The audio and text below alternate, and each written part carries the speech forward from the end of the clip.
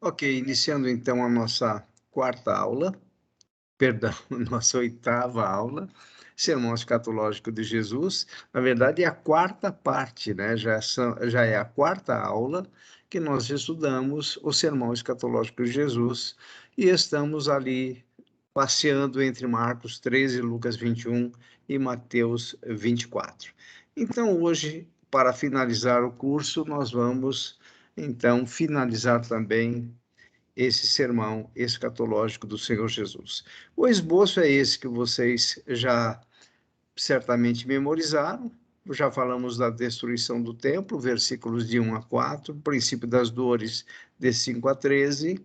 Na aula passada falamos sobre sinais, falsos profetas, perseguições e apostasia. Item 3, destruição de Jerusalém, versículos de 14 a 18, aí de Marcos 13, também já falamos sobre isso.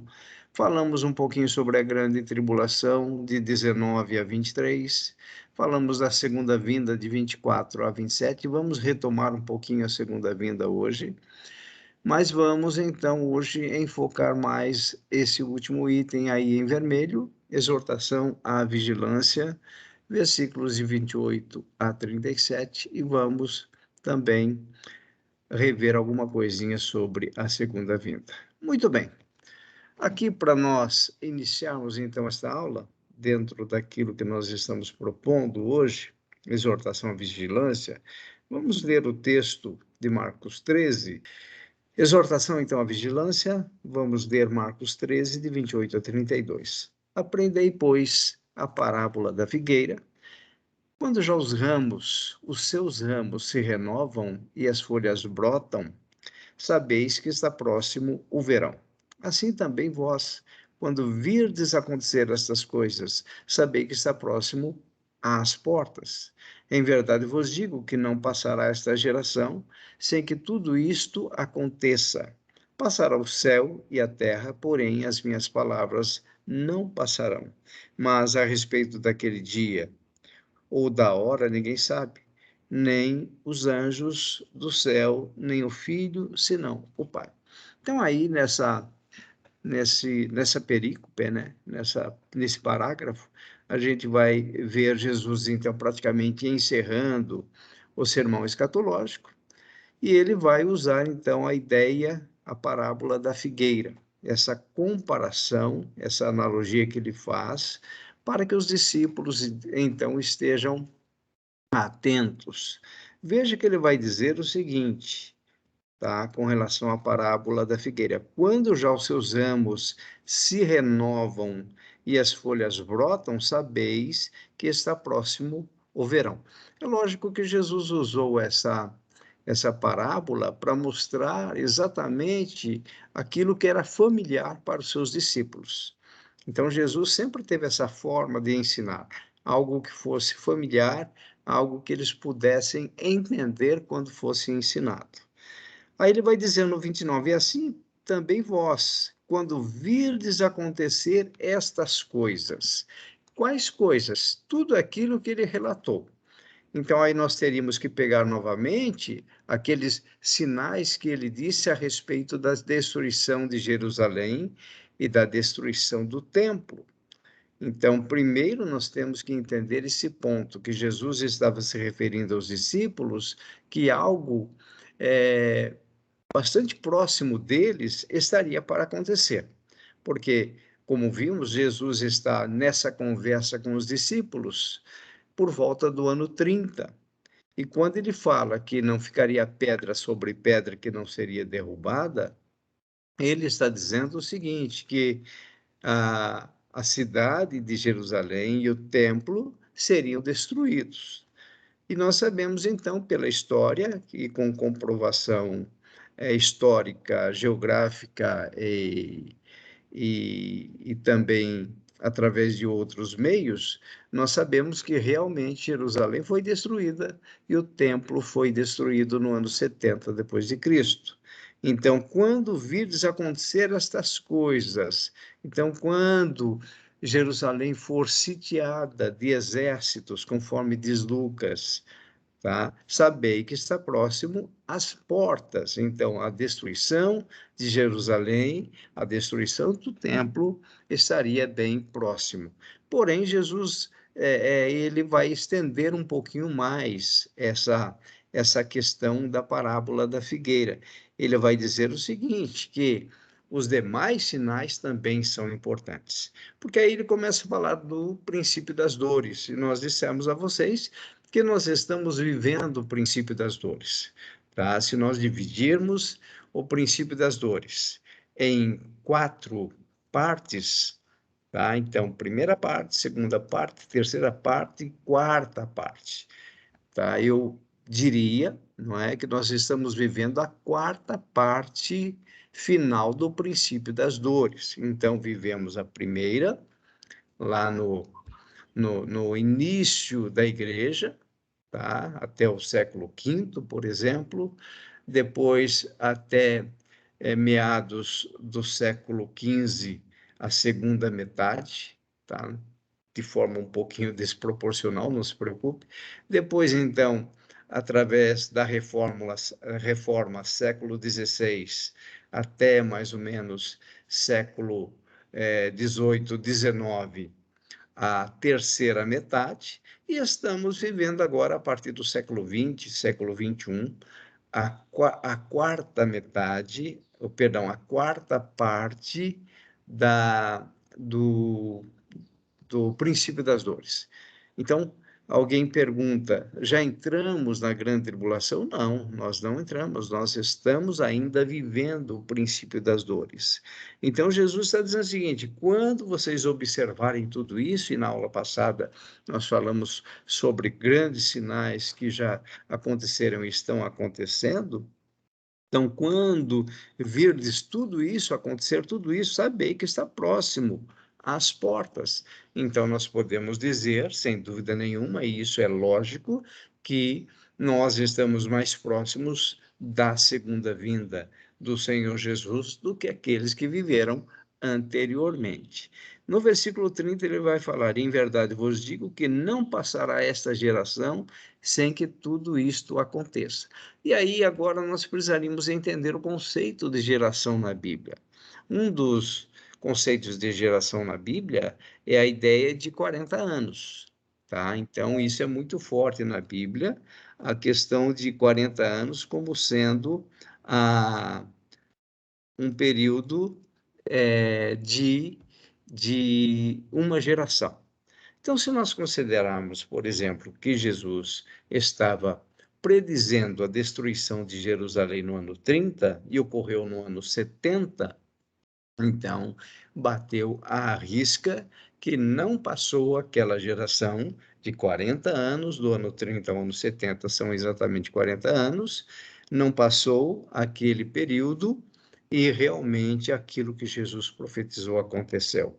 Porém, essa ideia de geração também pode se estender a toda uma geração maior, ou seja, essa geração pode atingir até os nossos dias.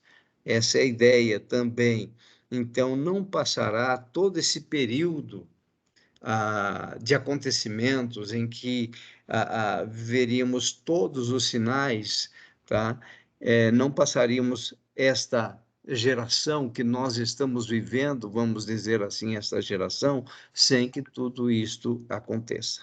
Então, e aí ele vai dizer o seguinte, para dar ainda mais autoridade e mais credibilidade à palavra dele, apesar de que para nós isso não é necessário, mas ele deixa isso claro, ele vai dizer, passará o céu e a terra, porém as minhas palavras não passarão.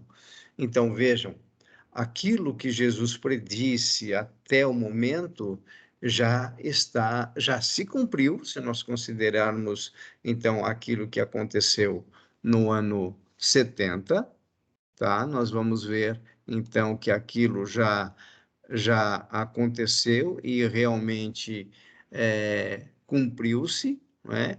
E também nós vamos ter coisas se cumprindo até que tudo seja consumado. Então, Jesus vai dizer, porém as minhas palavras não passarão, mas a respeito daquele dia e hora, agora ele está falando então da sua segunda vinda, não é? A respeito daquele dia e hora, ninguém sabe, porque os discípulos também perguntam isso, mas quando será a consumação do século? Quando que tudo isso vai acontecer? Aí ele vai, então, responder dessa forma. Com relação a isso, eu não tenho nada a dizer. Nem os anjos do céu, nem o Filho, senão o Pai. E é o que nós estamos aguardando, então, a consumação final, o desfecho final. Muito bem. E aí ele vai continuar dizendo, no sermão escatológico relatado por Marcos, no capítulo 13, de 33 a 37, o seguinte: estai de sobreaviso e vigiai e orai, porque não sabeis quando será o tempo, tanto o tempo da destruição de Jerusalém, então isso nós temos que entender, eles não sabiam, quanto o tempo final da consumação. Não sabeis o tempo. Então, estáis de sobreaviso, vigiai e orai. Eles deveriam estar nesse espírito lá, e nós devemos estar nesse espírito aqui, vigiando, de sobreaviso, orando, porque não sabeis quando será o tempo. Realmente, nós não sabemos quando Jesus voltará e quando a igreja será arrebatada. É como um homem que, ausentando-se do país, deixa sua casa, dá autoridade aos seus servos, a cada um a sua obrigação, e ao porteiro ordena que vigie. Então, ele está dizendo aqui, olha, não tem como, temos que vigiar. Versículo 35, vigiai, pois, porque não sabeis quando virá o dono da casa, se à tarde, se à meia-noite, se ao cantar do galo, se pela manhã, para que, vindo ele inesperadamente, não vos ache dormindo. E essa palavra dormir aí é muito interessante. Lá no a palavra no grego significa ser achado indiferente à própria salvação. Ou seja, é ser pego de surpresa.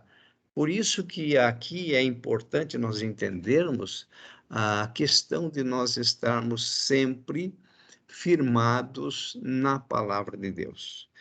É importante nós estarmos sempre firmados na igreja. Isso é essencial. Por quê? Porque na igreja nós estamos ali no meio do braseiro, aquilo que nós falamos, uma brasa fora, ela vai se esfriando, a questão da apostasia dos últimos tempos, que também está profetizado, então nós não podemos nos esfriar. Então, quanto mais estudo, quanto mais conhecimento, quanto mais culto, quanto mais envolvimento na obra, melhor, para que não vos ache dormindo, ou seja, essa indiferença, tá? Não se preocupa mais com a salvação, está totalmente envolvido com outras coisas, inclusive com o pecado, ao ponto de não se preocupar. A pessoa acha que Jesus nunca virá. O que, porém, vos digo a todos, vigiai, novamente a palavra vigiai. E essa palavra vigiai aí é dar estrita atenção a alguma coisa, é ser cauteloso, é estar em atividade, é ser ativo. Então, veja, a exortação à vigilância é um ponto fundamental que Jesus estabelece para nós.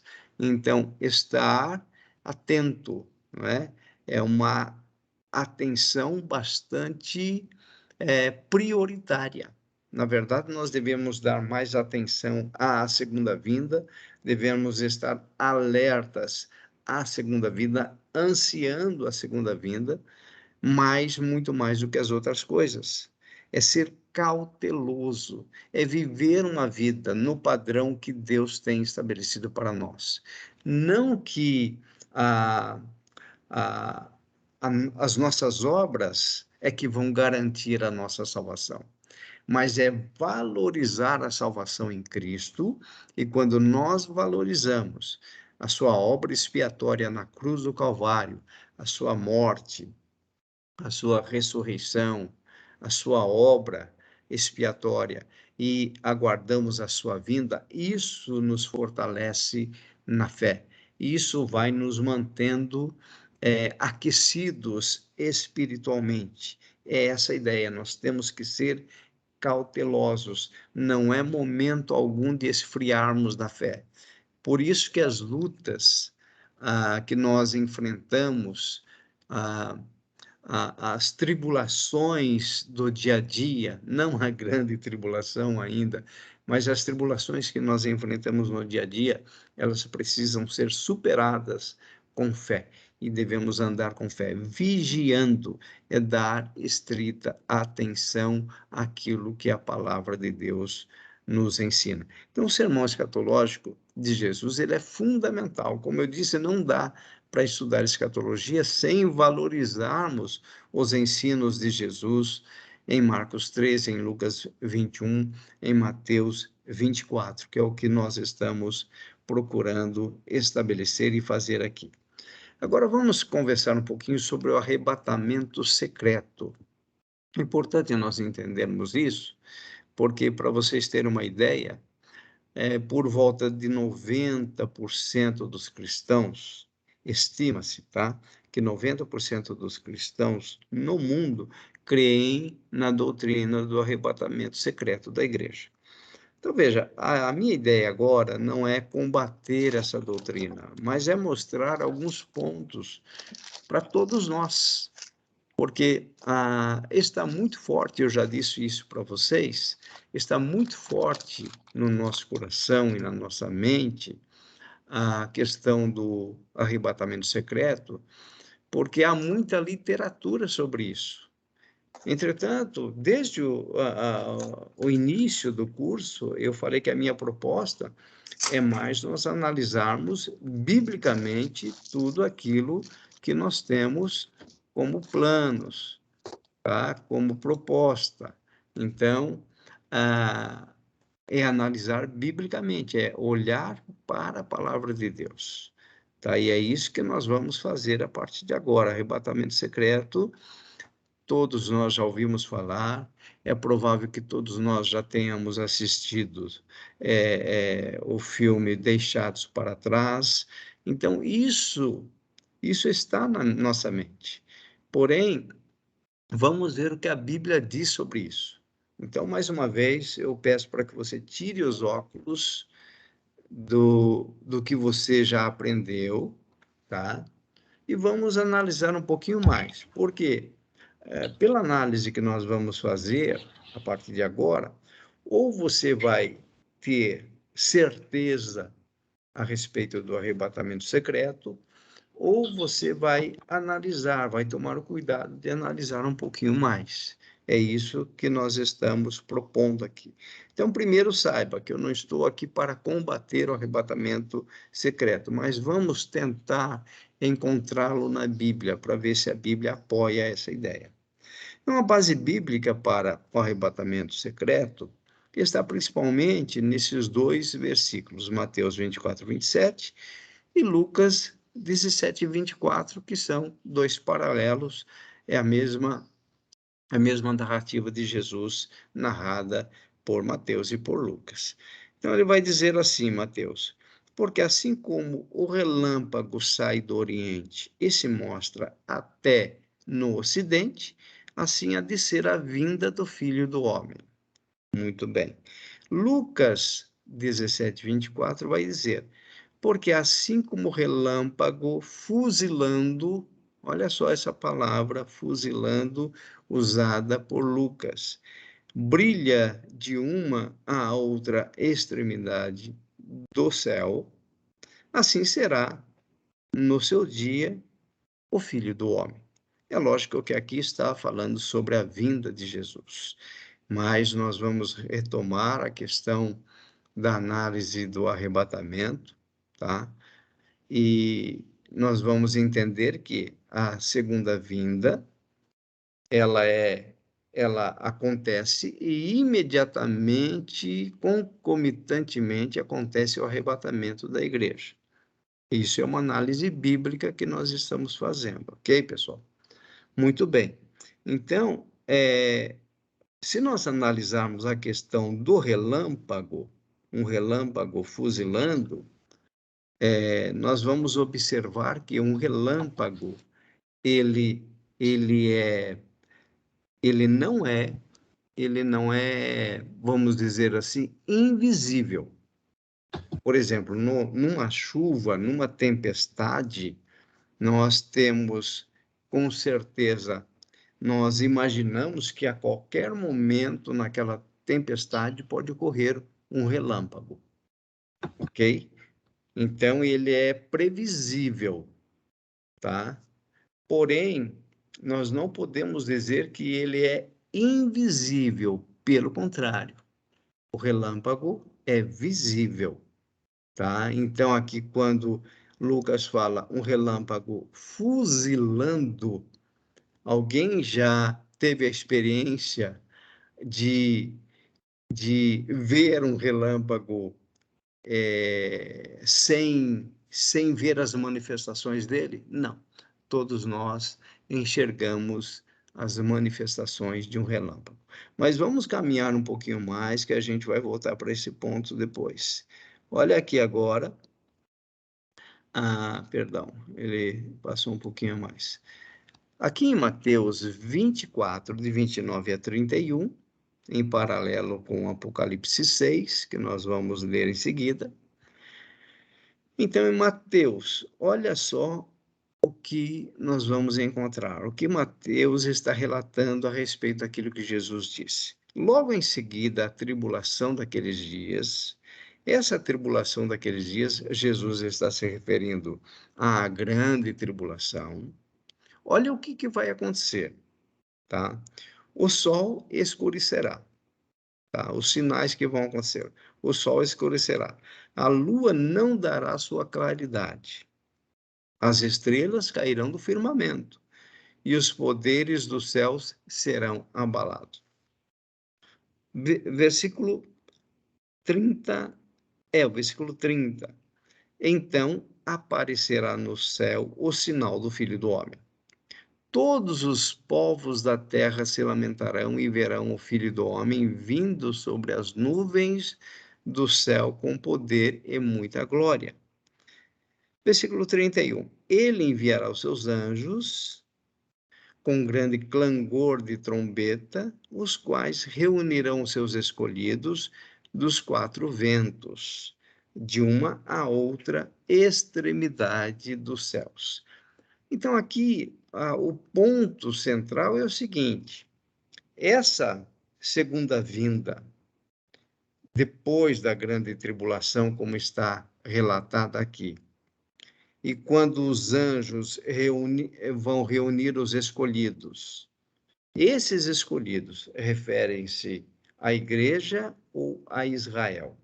Então, aqui está um ponto fundamental para nós separarmos um pensamento dispensacionalista de um pensamento não dispensacionalista, tá bom? Então, veja, aqueles que têm um pensamento dispensacionalista vão ler esses escolhidos aí como sendo Israel. Então, eles entendem o seguinte: bom, o que Mateus está relatando na verdade, é o final da grande tribulação, quando os eleitos de Israel serão recolhidos, porque a igreja já foi arrebatada antes da grande tribulação. Então, esse é um pensamento dispensacionalista. O pensamento não dispensacionalista vai dizer o seguinte: que esses eleitos, que esses escolhidos, é a igreja. Portanto, a igreja está sendo arrebatada depois da grande tribulação.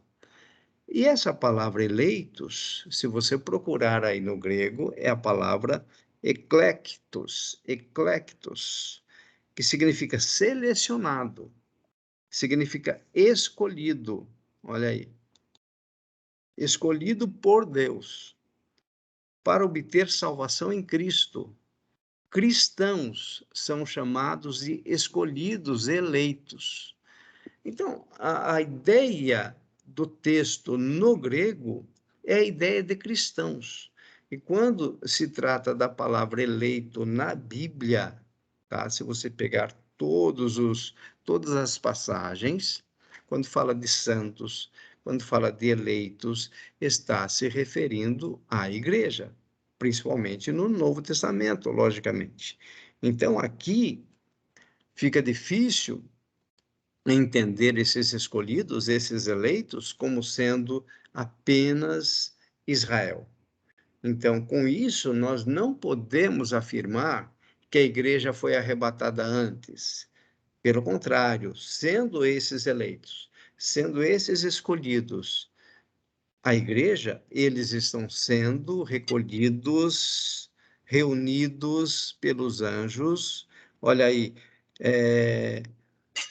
no versículo 31, ele, Jesus, né? Enviará os seus anjos com grande clangor de trombeta, as trombetas serão tocadas, ok? Então é audível, todo mundo vai ver isso, os anjos, os quais reunirão os seus escolhidos, reunirão então os eleitos, não somente Israel, mas toda a igreja, dos quatro ventos, de uma a outra extremidade dos céus. Então, esse pensamento que eu estou desenvolvendo aqui, essa linha de interpretação, ela perdurou do primeiro século até o século XIX, pessoal, tá? Se vocês não acreditam no que eu estou dizendo, pesquisem.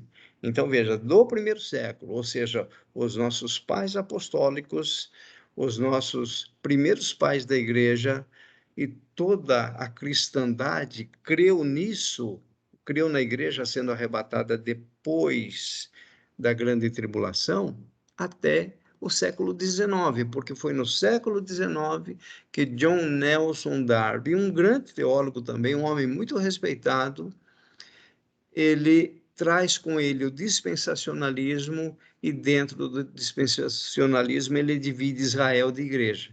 E aí os dispensacionalistas vão dizer, não, esses eleitos aí não é a igreja, é Israel. Por quê? Porque a igreja já foi arrebatada antes da grande tribulação. Bom, eu vou parar aqui nesta primeira parte, retornamos depois, então, do nosso intervalo, ok? Até mais, então.